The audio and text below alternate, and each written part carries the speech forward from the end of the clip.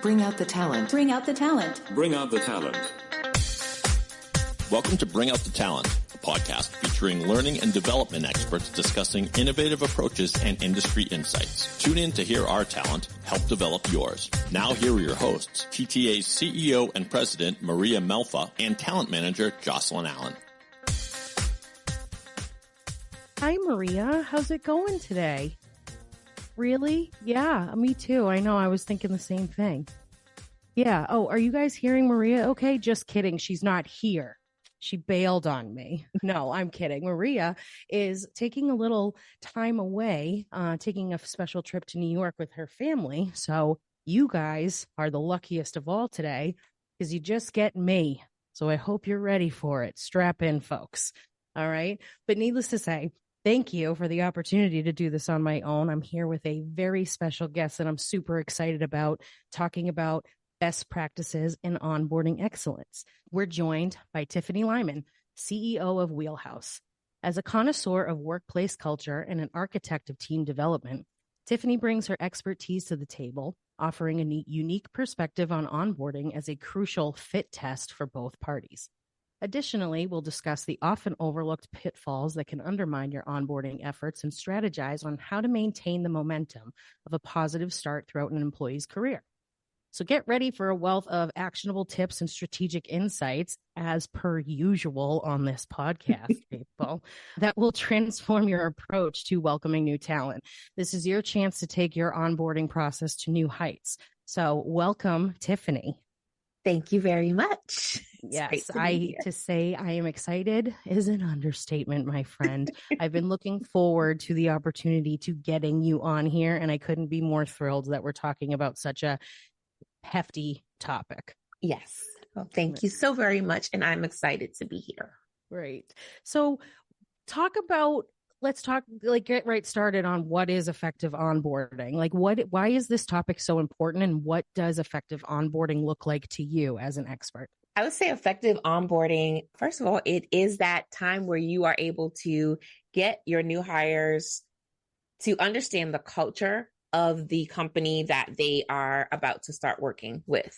It's not just like orientation of here's the bathroom, here's your desk, here's a pen, get to work. It's really being able to help them to understand what are the values, what are the expectations, how do we measure those expectations, what are some of the things that are important to us here. So aside from values, there might be other strategic initiatives that are important in that particular year. So being able to help somebody to get those, to understand those things and to get questions answered and to see how they really fit into the organization is really what a good onboarding program should do. Would a good onboarding program cater to the right fits for an organization just as much as it would kind of like filter out the wrong fits then, based on what you're saying, culture fit wise and things? Absolutely. Absolutely. So sometimes what will happen in a good onboarding program is that somebody might hear certain things or as a part of that process, get to meet people that are currently in the organization and really get to ask them real questions and get the answers to those. And sometimes what they hear may not be what they expected, or they might realize that, this actually isn't a good fit for me. Maybe they realized, okay, this is more work than I thought it would be, or the type of people that are here are not really what I anticipated, good, bad, or indifferent. It's just really that opportunity for them to get to know that and to do that before they start to interact with clients or customers or vendors. It's kind of like that filter period where that can happen, and it doesn't negatively impact any other processes. I like that analogy of it being the filter, because not to put negative terms on it at all, but it really is one of those things where the importance of how effective it is everything for the organization, because you are selling your brand in that moment and making sure that this person who you wanted on your team is the right fit. So like, you got to bring it home, and then that person needs to decide like, yes, this is exactly what I was looking for, or the opposite. I heard you say something else too, where this onboarding is important, that culture fit, that integration, not just here's your pen and here's your desk. Isn't it cute? So like, what is the difference between really onboarding and orientation? Are they separate? Are they sublets of each other? Can we talk about that a little bit more? So I like to see some aspects of orientation integrated into the onboarding process. So I would say that orientation is going to be pretty much helping you to understand like what's in the handbook, right? So in your handbook, you've got things like your dress code, you've got policies, you've got vacation days, you have benefits. And so those types of things, going through those, yes, we do need to talk about that stuff. And we do need to explain those. You have questions about those. So yes, that is a very important part. And that is part of onboarding. But then outside of that, now it's also, what about my actual role? So the work that I am going to be doing, again, how that work is going to be measured. Who am I doing that work with? And what are some of those things that I can expect? Even things like, when are our busiest times of year? So when are our peak seasons versus our off-peak seasons? What do we do to generate revenue versus the things that we do that support our revenue generating activities? Those are the parts that I consider to be pieces of the onboarding process. So knowing what my role is going to be and how my role fits into the overall organization is part of what I feel like actual onboarding is, separate from orientation. Mm-hmm. No, that makes a lot of sense. And it's really good clarity there. I heard you say, again, a couple things that I think are some of the answers to my next question, which has to do with the effective elements. Like, what are the key elements in an effective program? Like measurability is one of the things that I heard you say. What are some other areas that we don't think about because we're thinking of onboarding as orientation? So one thing that I love to see in an onboarding process is assessments. So you already know I love assessments, but in a good onboarding process, it's great because it helps you to start out with not just like this thing of like, what do they call it? The water and coming out of the fire hose, like where it's just like you're getting inundated with all of this information, but it's a we meet each other type of thing. So with a assessment, this gives you the opportunity to increase your self-awareness and have conversations about that, and then talk about how who you are from that perspective fits into the organization. So it is also a piece of learning a little bit more about yourself now as an employee of X company. So that piece of it. So assessments, I think, are a great part. Understanding how performance is measured. So when I say metrics, it's one, performance measurements. How often is that done? How often can I expect to have a conversation about my performance? Is that once a year, a couple of times a year? What does that look like? What are the core competencies that I'm going to be measured against? That is something else that can come up there. If there is something that might be a problem, what's an escalation process? Every company is different. Some companies are very flat, and the culture is kind of, you can talk to anybody. And then you have cultures that are very layered. So being able to understand those things are also pieces that I think are important. And then like acronyms.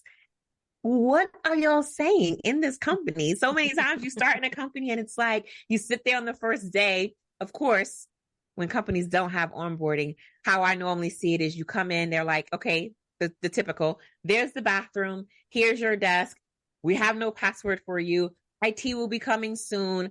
I got to go to a meeting. Here's the handbook. I'll be back in 3 hours, right? And they just kind of leave you there. Not a great experience for you to have. And then when you go to your first meeting, there's all these acronyms. You have no idea what they mean. So onboarding also helps you to understand those things. So when you leave the onboarding process, the slope is less steep for you to climb to actually get to productive. Yeah, very good points. I mean, I think we've all experienced or seen it in some level where you walk into day one and like it kind of changes too, because I think a lot of people more recently went through career changes, right? So they take these skills that are applicable to something that they were doing, but then like COVID changed everybody's view on life and like what they really wanted to do and the opportunities ahead of them. And people made pivots. So like walking into something brand new and being like, how am I going to do this?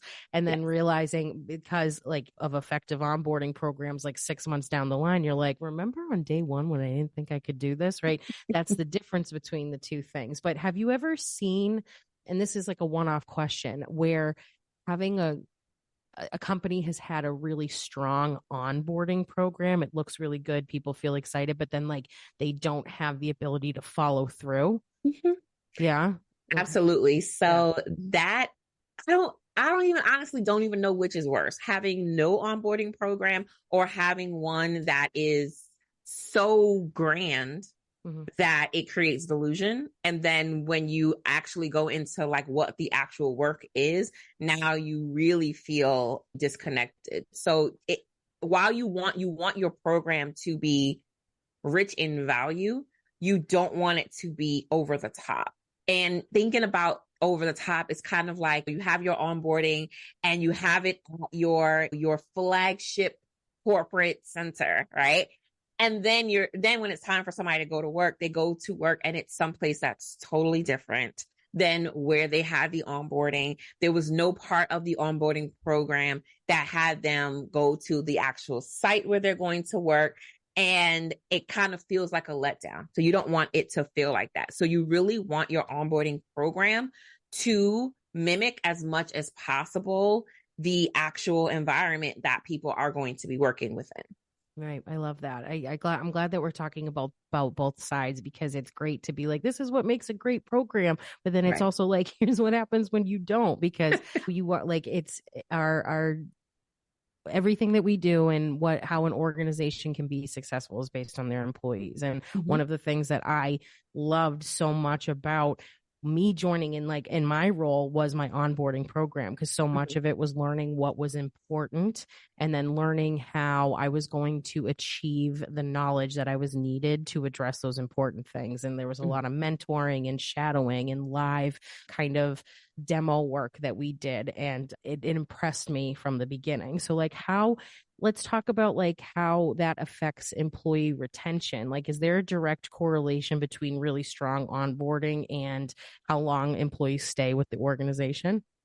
So I don't know what the exact statistic is, right? I know in companies that I've worked within where they have done, we kind of were able to look at a before and after, or look at people that had gone through the program that was set up versus people who kind of just had like a checklist that may or may not have been done by their manager. We definitely did see that for those that made it through the program, which was pretty much like 99% of people made it through. It was only a small handful of people that just were not a good culture fit, and most of them isolated themselves out, but they did actually end up staying with the company longer. And when an issue would arise, as opposed to kind of being like, all right, well, issue, I'm just going to post my resume and go someplace else. What I saw was that they knew where they could go to get resolution. So it wasn't just that I only know the people that are in my department, my direct department. I don't know anybody else.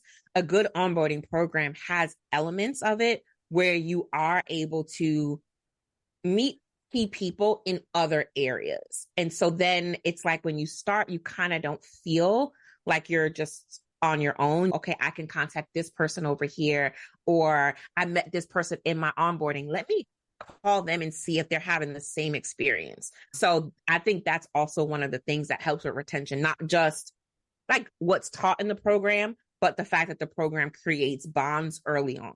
Right. And it teaches a aspect of resourcefulness to employees. I feel that anytime somebody has the wherewithal to be a bit more resourceful, and it can come from what they're receiving in the onboarding program, the confidence that comes from being able to do that and see success from kind of cranking your own cogs and wheels around it is brilliant and very much long term. So yeah, I love to hear the correlation.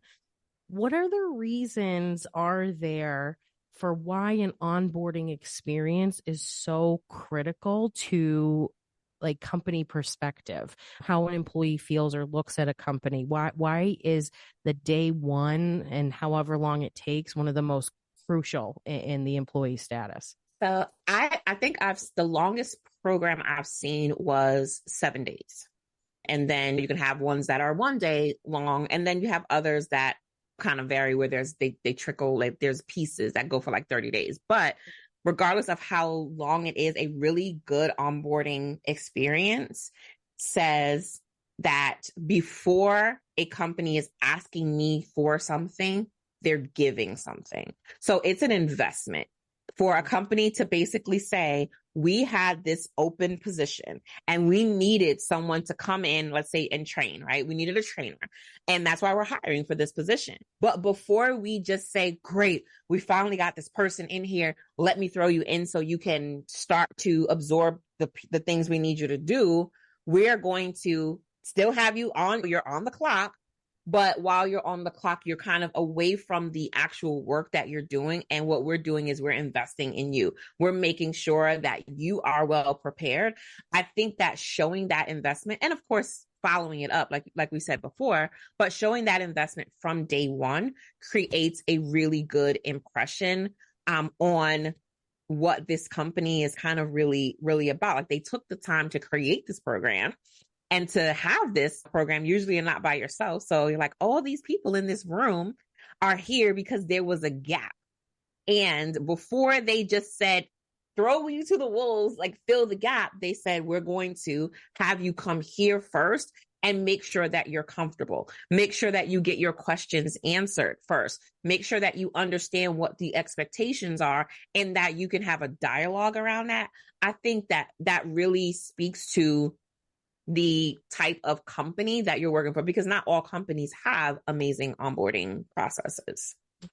It's hard to do when you think about it like that, where you're like, you are investing up front in so many aspects of your organization, between the individual that you're hiring and then literally building the bridge over the gap, because you're bringing everybody who needs to address that gap and the success of that person from the beginning to build those resources and camaraderie and all that. So which lends to kind of the difficult aspect of it, right? So like if you are investing in an individual or want an individual to feel invested in as their reality from an organizational standpoint, how do you then cater your onboarding program to address like different roles or different departments while you're still ensuring that buy-in, investment, culture fit, all of those things? So I think that is the beauty of the multi-day onboarding process. The shorter it is, the more it kind of becomes focused on orientation, because I mean, those are questions that quite honestly people want answered, right? Like, I only have 30 days to sign up for my benefits. Where do I do that? How do I get access? So all of those things. So the longer your process is, the more you're able to get through the orientation pieces and actually get to the role. And so things that you can do. So for example, you can say our performance management process, regardless of your role, is pretty much the same. We all have the same core competencies, and we're all being evaluated twice a year. Let's say it's twice a year, right? So in a maybe classroom setting, or however the onboarding experience is, whether it's online or in person, right? So you have the part where you're talking about like performance management. Then maybe what you do is you have a part of your orientation process where the new hires go to the areas where they work. And so here what you do is you are going to work with the hiring managers to say, here are the sort of expectations. So while you're there, or what we did sometimes, we'll do like a scavenger hunt, like, listen, you're going to go to your office and here are all the things I want you to make sure that you know where they are or how to do them while you're there. Then come back to the onboarding process and we can talk through some other things. So it's a mix. It's part of, yes, your specific role, the people you're going to be working with, the location you're going to be in, but then there's also the company pieces. And so you want to have a good balance of both of those things, which means that you have to train and help support the hiring managers to be able to facilitate the parts that you want them to facilitate, like introduce them to these people, make sure that they're actually able to access their system so that on their true day one, they are actually now ready to start doing some work versus the hiring manager having to find little pockets of time to do those things, which make you feel like somebody's having to, like, they're stealing time from important things to help them. That's not a good feeling. So now it's dedicated time. And so what's the best kind of course of action for that? Is it as simple as planning ahead to ensure that hiring manager is, okay, I have this new person starting, so here's what my calendar is going to look like, and ensuring that? Or I mean, I guess that's the end of the question, really. Is really like, I was going to keep, but it really is like, it's about like planning accordingly. It is. And then, I mean, because onboarding processes usually have whatever the new hires are at that time, it's not like it's like, okay, Monday we have this group, unless you're hiring tons of people. It's usually like, okay, maybe we start the process every other Monday. So hiring dates are known. It's going to be, let's say, the first and the 15th of this month. Those are the days that we're starting our onboarding process. So if day 3 of onboarding is the day that new hires report to their areas, then on the 3rd or on the 18th is that day. So it takes a lot of the unknown out. And if you're prepared for it, like the new hire has a checklist and you have a checklist, it helps you, because sometimes managers have no clue what to do to onboard someone. And I mean, if we're keeping it honest, that manager is covering this gap with those employees. So do they really have the time and the resources to do it in a productive way? A lot of them don't. So the more the process provides direction and guidance, the better the program is going to be. And it also helps to ensure a kind of equal starting point for everyone. Yeah, that's a really good point about that. At that point, the manager's probably like filling in the gap. So it's like we have to kind of pause on that for a second. And are we thinking about that bigger picture? Yeah, it's you have to empower, give people the tools to empower that start. So I know you talked a little bit in the beginning, because I liked the word you used, which was like a filter, right, in the beginning. So do you have any insight on kind of when something, what it typically looks like when you are filtering people, like when it works really well, what the result is, when it doesn't work so well, what the result is? Really, it's about being honest and transparent is the best way that I can kind of say it, right? So your filtering process is not going to work well if you are selling, or if you're trying to sell yourself, right? Like you're trying to say, we do all these things and here's what we are, and then that's not true. So the more honest and real the process is, then that somebody is actually making a decision, or you're even watching a person, right? And being able to decide whether or not this is going to be kind of what you need. So it could be things like, okay, so one of the companies that I worked for that we had onboarding, we created an onboarding process for, we had to talk about busy seasons and what that might look like, right? And it was kind of the good, the bad, and the ugly, right? So here are the ways that we help to cushion around peak season, but during peak season, like here are the expectations and here's what that really looks like. Being honest in that point and allowing people to ask questions helps somebody to decide right then and there, is this going to be for me? Which you would rather them do versus wait until you're in the middle of peak season to say, wait, nope, didn't expect this, didn't know this was going to be the case. So the filter is really just honesty and transparency on the side of the company. Now, on the side of people, it's being able to be intentional on how you set your program up. So it could be that on day one, you kind of just help people just come in, maybe you business casual, whatever. If there is a dress code, in day one, you can talk about what it is. And day two, it's sort of, okay, we want to people to come in their in dress code, right? And in between each day, it's kind of, okay, tomorrow, here's what we need you to do. And you're kind of watching, not really just watching like to see, oh, what did they come in with in the next day, but watching to see how well they are kind of following along with what you have put up as the expectations, right? How well they're like, if in orientation, for example, if orientation is in the same like city where they work and they're going to be in the building, let's say from 9 to 5 and orientation from 9 to 3, but each of the days they weren't able to make it from 9 to 3, like they had to leave at 1 o'clock on this day. And can they come in at 11 o'clock on this day? That kind of maybe tells you that you might want to have a conversation with them before starting, because it's already letting you see that the work hours are an issue. So sometimes it's things as small as that. And sometimes it's just watching how people interact with other people within the group that may tell you this isn't a culture fit for us. So it sounds like, as per usual, feedback is a really, really important piece of this onboarding puzzle, right? So what are we putting into place? What are the mechanisms or techniques or whatever it is that are part of an onboarding process or program that enables people on either sides, new hires or managers, to communicate openly about, what's going on? So it could just be conversation and dialogue. So with that conversation and dialogue, it is like, not like an interview process. Tell me a time when, not as structured as that, but it could be that you are maybe talking about conflict resolution and you put out there, like, here's a scenario.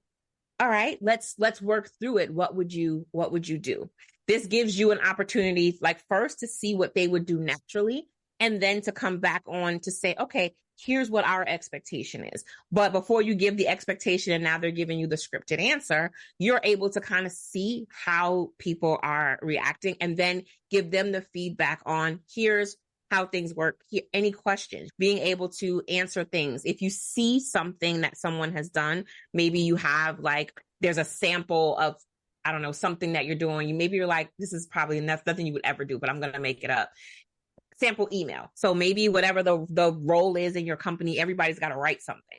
And so you have them all do something. Maybe there's, okay, based on this, we might need to spend a little bit more feedback here, or this is my opportunity to say to you, oh, we have the ABC training university over here, and here are some modules that might be able to help in this area. So it's not so much that it's like, oh, we're filtering you out, but it's how can you get support with these things, with these other areas that you might need support in.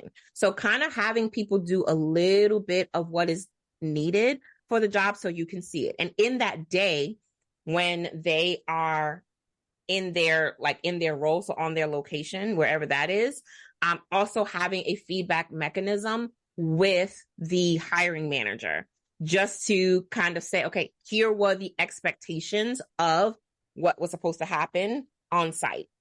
Just getting some feedback there. So it's kind of keeping a good loop so that, again, you can answer questions and things before a person is sort of like live on their first day. And then, of course, usually about 30 days after, a good check-in helps to close the loop. So that is something that I don't see completed as much as it could be, but that 30-day sort of check-in is also that place where you see it's not just that we want to have this fancy onboarding process so everything looks good when you come in, but 30 days later, we still care.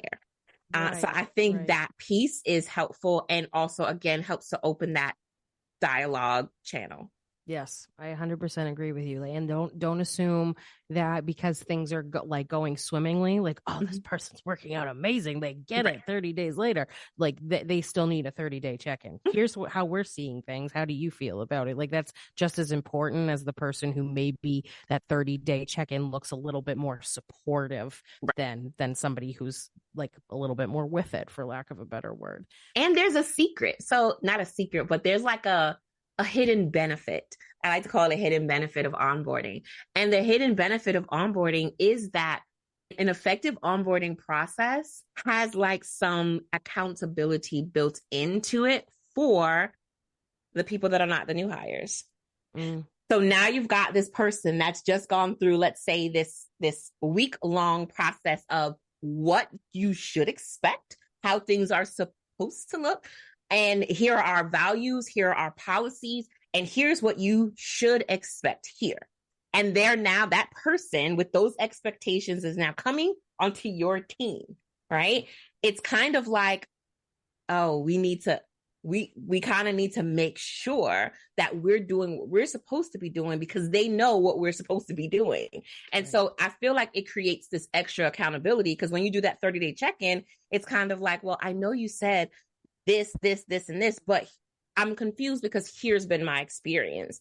And then that creates that conversation. So I always felt like it created some additional accountability to uphold the values and the excitement and all the things from day one all throughout, because you constantly have like kind of like someone that's waiting for you to meet those expectations. Right. How important is it? Because you said the word that I was going to lead to, which is like instilling the values.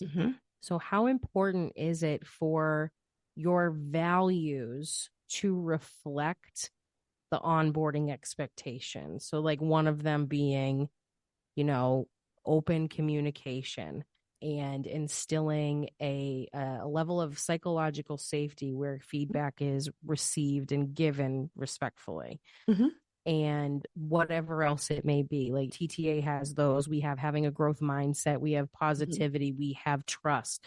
All of those things, because we want to make sure that for any case scenario where you want to bring your ideas to the table, where you want to have meaningful conflict in order to get to a better place for all kind of things. Right. Like those are part of our values that are very much like always brought up. And Maria's like fun about it sometimes too, because we have this huge poster that goes through all of our values. So if like something's coming up where like those conversations are happening, like she will not hesitate to do like boxing ring girl and like hold this thing across so everybody knows we have trust, we have growth mindset, right? And instilling that. So how important is making those things about your values and that they stand out overall so that it is a continued success?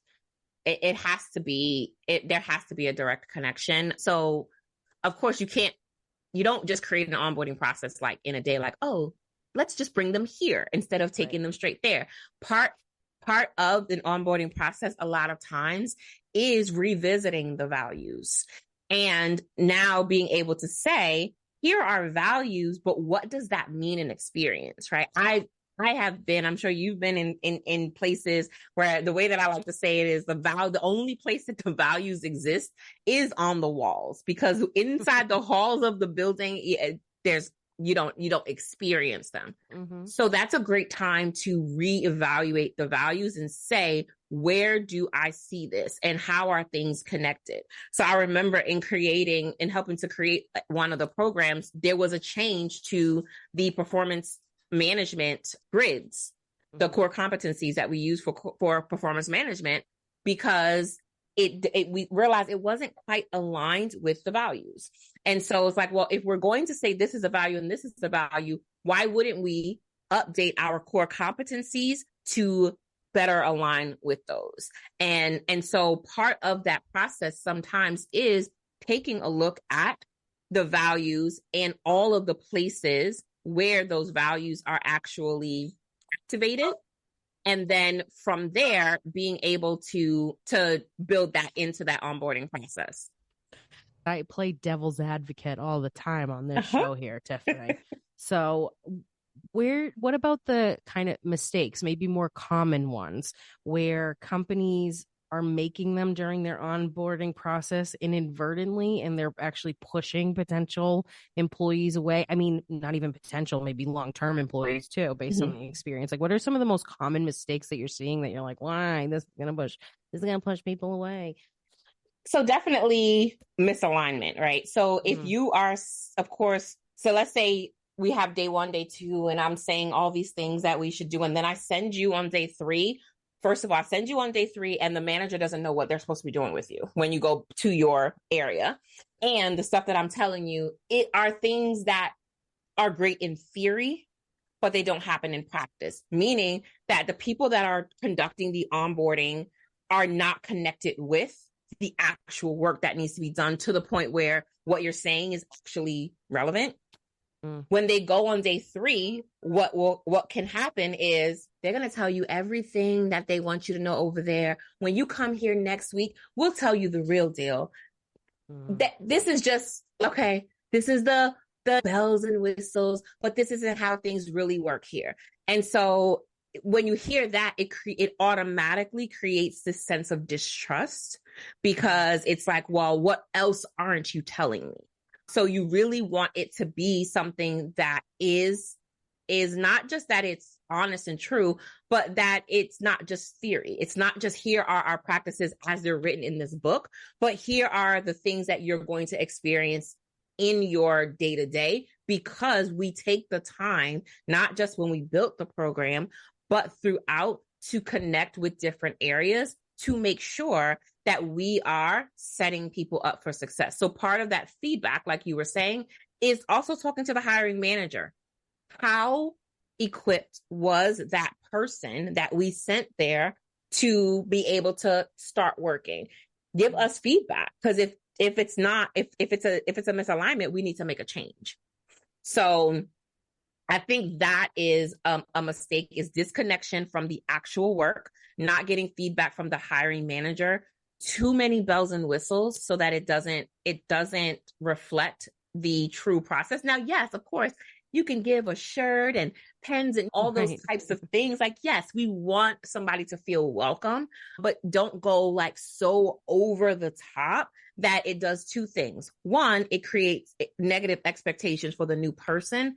And 2, it leaves a bad taste in the mouths and hearts and minds of current employees. So some onboarding processes are so over the top that when you say things like, oh, we're going to be flat on merits this time. And people are looking, okay, but you are spending all of this, you're having these steak dinners and all this stuff for new hires. But then once we're here, you're not doing anything. That's also a bad message. So it's making it be right in the point where you feel a little extra special because you're new, but you're not going so over the top that it feels, again, disconnected. I guess that's the main thing. It's like it has to have a connection to the day-to-day. Yeah. I like that point again, because you have to get people excited in the beginning. You want like really high energy, supercharged people to come day one ready to go. But you want to maintain that the whole time. You want the next person who's participating in that onboarding process, either as a hiring manager or a resource to welcome that person into the organization, to be just as excited about what they're doing. I love that. How does the onboarding process evolve beyond just the first few weeks or months? You talked about the 30-day check-in as kind of like closing the loop, but what goes on after that, and how can companies ensure, kind of like what we just mentioned, that everything continues in a flawless kind of integration and cohesiveness long term? So definitely it should flow straight into like talent development, right? And investment. But other things that can happen is you can have a sort of like a new hire mentor team. So by that, what I mean is like people who've been in the company for a while that are solely working with the new hires. And so for new hires, we can say here, they've been in the company for less than a year.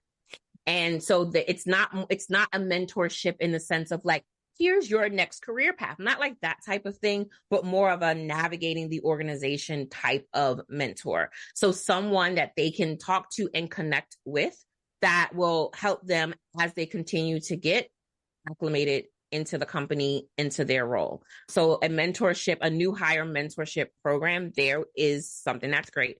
Of course, the 30-day check-in, and then maybe another one around, could be at 3 months, could be at 6 months, really depends on the organization, but making sure that there is still another one that happens. also, when you have onboarding and it takes place in classes or cohorts or whatever you want to call it, having those people kind of be able to move together through things. So let's say there's compliance training that has to happen, then you can have it so that things are scheduled where that group of people moves through things together. Because what that then also does is it creates those, again, bonds, that support network that doesn't have to lean super heavy on the organization, but the organization is supporting it by kind of helping to keep those people together. And a lot of times they work in all different departments. And so it's another great way of networking, because now you already know somebody who works in marketing while you work in accounting. And so it really does help you to have those connections and to build those connections as they go. And then, of course, offering people, once they get past new hire, like time to reflect back on the program so that you can continuously reiterate the program. You can continuously improve it. And then maybe they can become mentors to other people that are coming in, because they now know exactly like what people are going to be going through and what challenges they may have and when. And so it's really just staying in contact with kind of people within the groups that they came in and trying to keep them together. And then once you kind of get to that year mark when they're no longer typically like a new hire, it should roll right into your talent development process. And that should basically take over from there, so that it's not a cliff where it's like, okay, you've been here for a year. Whatever you do from here is on you. Like, it should continue from that point. Like, your actual talent development should start there. Yeah, I think what you said about the sometimes with groups of new hires and carrying them through, they can be from different departments for whatever reason. And I think interdepartmental camaraderie and resourcefulness is like severely underrated, because you don't realize it until you realize it, how much each department touches each other through the process of whatever the organizational goals are. And if you have that connection, then you are able to add to your value, your knowledge. And as a newer employee who's maybe moving towards what you said of, maybe I can be a mentor, maybe I can do some things and make some changes.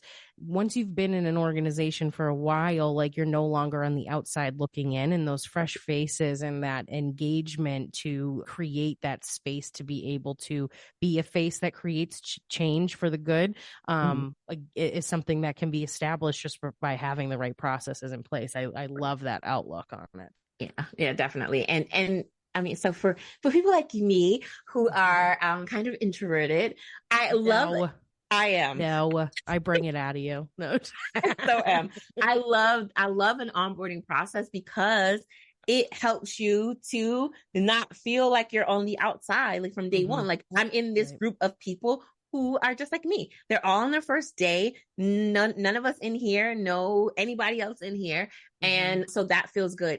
It can feel daunting to walk into an office where people already have their cliques and their work buddies, and then you're just kind of like there on the outside. Yep. So coming in a program like that kind of helps to ease you in. And if you are like that person that takes a little while to warm up, it does give you that space. So I love it for that reason too. Yes, I'm an extroverted introvert. I have a lot of personality, but I prefer to be by myself whenever I can. And so like that was what it was for me. Like when I was like, I have my mentor, and then I have my newbie people too. Right. Like, so I have the person who I can go to and I can trust, who's going to teach me everything I need to know. And then I have my person who's having that same experience on the other side. And we're going through the same timeline together. I had 2 separate groups of people when I started at TTA that like made me feel like, okay, this is my place. I finally found it. Exactly. So, speaking from experience, that is one of the most important things I could say makes a huge difference. Exactly. And I mean, and that's important, to be in a place where, like you said, psychological safety. So I have team members, I have places where I can express. Someone that maybe I can vent to, like that person who came in with me, that might be that person that I'm like, oh my goodness, this happened. But you want to have that, and being in a space where the process helps you build that, again, is one of those things that help to create that stickiness within an organization. So as we're approaching time, this is kind of like this. I mean, this could steer us down the path, but maybe like really quickly, because the overarching concept is kind of adapting to change and implementing strategies that will carry you through your environment as it kind of changes to the landscape. Like one of those things being the pandemic and remote work, hybrid work. What are some strategies that companies can look to implementing or maintaining that will carry them through the like ever-changing onboarding process? Moving to hybrid work, or some companies, it's virtual work. That part definitely has created challenges, right? Because while you can be all in the same virtual room, it's still not the same as being in a in-person room where at lunch I can go and sit next to you and have a conversation with you. It still feels very on, right? You still very much feel like everybody's on, but you got all the boxes up here and we're all just staring at each other, right? So you do have to be a lot more intentional when you are doing a hybrid onboarding. When people are virtual, it may make sense, and some things I've seen people do to accommodate for this is they have longer onboarding periods so that it's not like straight days. It's one thing to have straight days where you're all together and you can do like, I mean, we made ours fun. You can do dance breaks and stuff like that, like in the room, and then have somebody be sitting at a screen all day. So definitely going in and being able to break things up, pairing people up. So having things like, we're going to create some random pairs, and during lunch, grab your lunch, come back, and then you're going to be in a breakout room with just 3 other people. Talk about whatever you want, right? Or we'll give you a sentence starter, but something where you can get to know each other. You really have to create those things that come naturally in a typical onboarding. You have to create those in a virtual environment so that people feel connected. Now, the part where you are sharing the values and you're saying, here's what the expectations are, here are core competencies. You can do that, of course, online. You can do that anywhere. But it's really also that piece of feeling like you are a part of the organization. That's the piece where you really want to make sure that you're spending some time to figure out, how do we really do this? Should we bring in other people from throughout the organization to talk, to connect them with, right? So you kind of have to be more of a matchmaker, so to say. You have to be more on that relationship side of thinking to really help the onboarding part virtually, because everything else can be the same, but you want to have that place where at the end of it, they feel just like what you said, this is my place. Like, I know this is my place. These are my people. Like, you want them to, that feeling is the success of a good onboarding process. And so you kind of have to dig a little deeper to make that happen virtually. At the end of the day, you have to feel like you found your people, for lack of a better word, right? Because that's the generic statement, but it's like, I have found my home, and I feel that whether I'm at home or I'm in the office. Right. And you're right. It's something that's super important, but can absolutely be done with the right engagement. So exactly. Tiffany, this was such a fun episode, and I've asked you a ton of questions, but I have more. Okay. It's not 8. There's not 9 of them, but there's actually 10.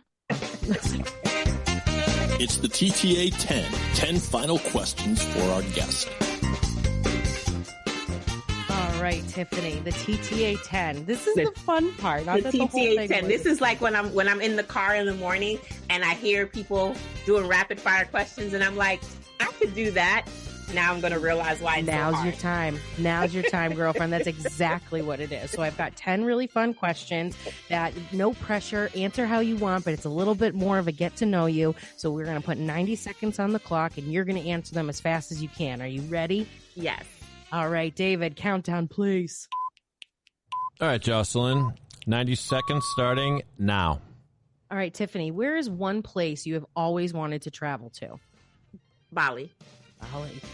How much wood would a woodchuck chuck if a woodchuck could chuck wood? A lot. What was the last song that you listened to on the radio? A song called Water. Fill in the blank. Taylor Swift is blank. Is very popular and a musician, and yeah. In facts only. If you could have any superpower, what would it be? I would have the superpower to clone myself. What are you having for dinner tonight? I have no idea. If there was a highway made just for you, what would the speed limit be? 80. If you weren't a training consultant, what would you be doing? Traveling and eating and sleeping. Yeah. Who would you cast to play you in a movie about your life? I don't know. Viola Davis. Why not? Love her. Jenny, don't change your number. What is Jenny's phone number? I have no idea. That's your answer. Okay, David. That's 10, whether we like it or not. So let's give the verdict, please. All right. With a time of 1 minute and 27 seconds, Tiffany is just under the threshold. Congratulations. As close as you get, Tiffany Lymon. No, I had to. 86. And what is Jenny's number? 867-5309. Yeah, no. Well, you're a winner, Tiffany, so we will salute you because you're so excellent at explaining complex concepts in simple terms. We thought of the most simplest teacher there is out there, Dr. Seuss. And so we deliver the following Dr. Seuss style salute to you. Let's get some Dr. Seuss music. In a world of corporate hustle and bustle, there's Tiffany with intellectual muscle. She's fantastical, amazocious, and spiffany. An expert in onboarding, that's our girl Tiffany. A workplace culture designer, a title unique. She'll make a kooky, silly-docious company look sleek. With a heart full of passion and eyes shining bright, making offices smash-horrific beacons of light. A facilitator of team learning, she guides the way, helping snoodle-fantastic teams grow day by day. Through wobble-flump challenges, she's always in stride, ensuring that gobble-fizzle teams never subside. Diversity, equity, and inclusion are her creed, teaching a wuzzle-wham cause others should heed. In plinkety-plonk fairness, she truly believes that a workplace glitter-giddle isn't what it achieves. But wait, there's more to this splendifuff tale. Tiffany conquered the muddle-fuddle TTA-10 without fail. Answering quirky-quonk questions, she showed might. A fan-doodle-tastic champion shining so bright. So here's to Tiffany, the wondrous workplace ace. And no matter how crumble-crunch the place, she champions change in pizzazzy plum style. And her glorious Saurus energy makes us smile. Congratulations, Tiffany!